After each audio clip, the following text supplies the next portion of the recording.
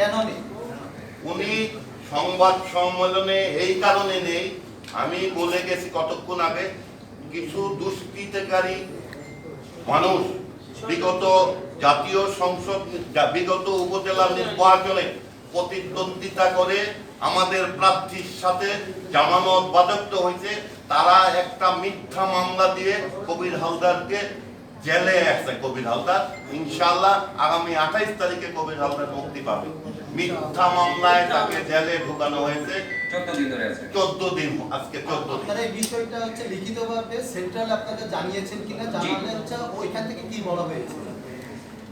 আমরা কেন্দ্রীয় কার্যালয়কে আপনি লিখিত কোনো অভিযোগ দিয়েছেন, দিলে কবে দিয়েছেন, আর ওইখান থেকে আপনাদেরকে কি বলা আমি কিন্তু আমরা অবশ্যই এটা লিখিত দিয়েছি, যে কমিটি ওনারা করেছে ফেসবুক কমিটি সেটাও দিয়েছে। আমাদের কমিটি তো পূর্বেই দেওয়া আছে, আমরা বারবার গেছি সেখানে বারবার গেছি। আমাদের তারা আমাদের এই কিছু আমাদের এই কর্মকাণ্ড নিয়ে আমরা এলাকাতে আমরা বিক্ষোভ মিছিল করেছি, প্রতিবাদ মিছিল করেছি। গতকাল আমাদের আওয়ামী লীগের প্রতিষ্ঠা বার্ষিকী ছিল, সেটা পালন করতে হয়েছে। আজকে আপনাদের সাংবাদিক সম্মেলন, আগামীকাল আমাদের আওয়ামী লীগের নেতৃবৃন্দের সাথে আমাদের মিটিং হবে।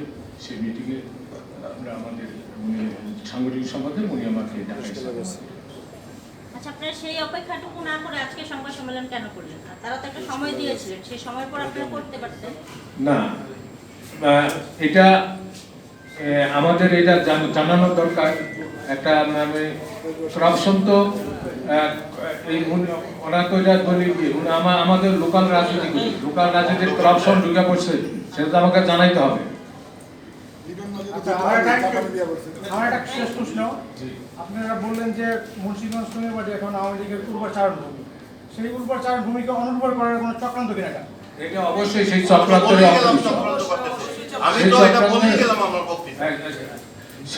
সেটারও অংশ। এটা আমাদের লুৎফর রহমান সাহেব জেলা আওয়ামী সেক্রেটারি, উনি যখন এটা দাঁড়াইছিলেন, উনি ইলেকশন করেছিলেন এখানে 96,000 ভোটে, 96 সালে 35,000 ভোটে না।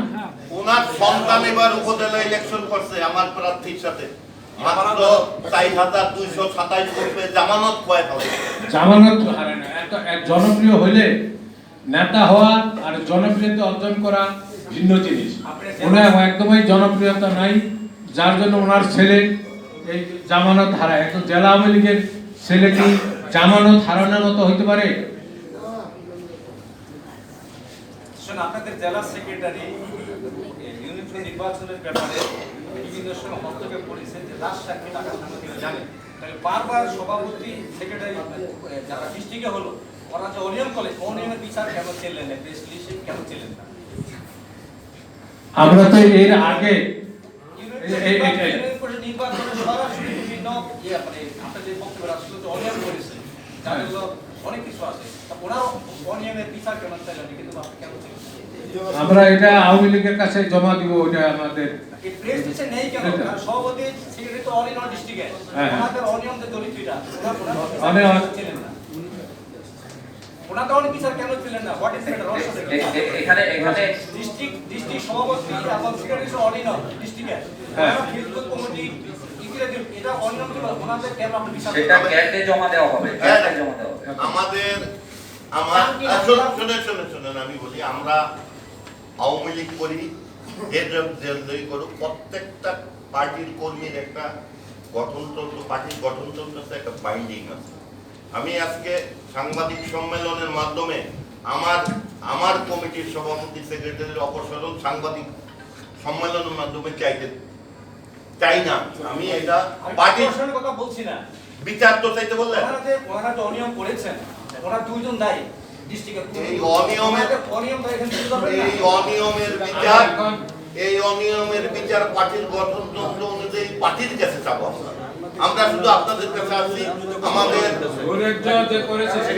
আমাদের দৃষ্টিটা যাতে আপনাদের মাধ্যমে মাননীয় প্রধানমন্ত্রী এবং মাননীয় সড়ক পরিবহন মন্ত্রীর যাতে দৃষ্টিগোচর হয়, এইটুকু এই সাহায্য।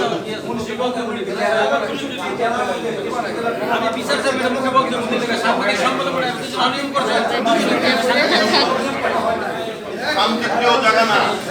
মুন্সিগঞ্জ এই কারণে বম্বিং হয় নাই, মুন্সিগঞ্জ তখন শায়েখ আব্দুর রহমান একটা মাদ্রাসায় পালানো এই কারণে হয়। আইডল মাদ্রাসায় পড়ানো হয় আবার না।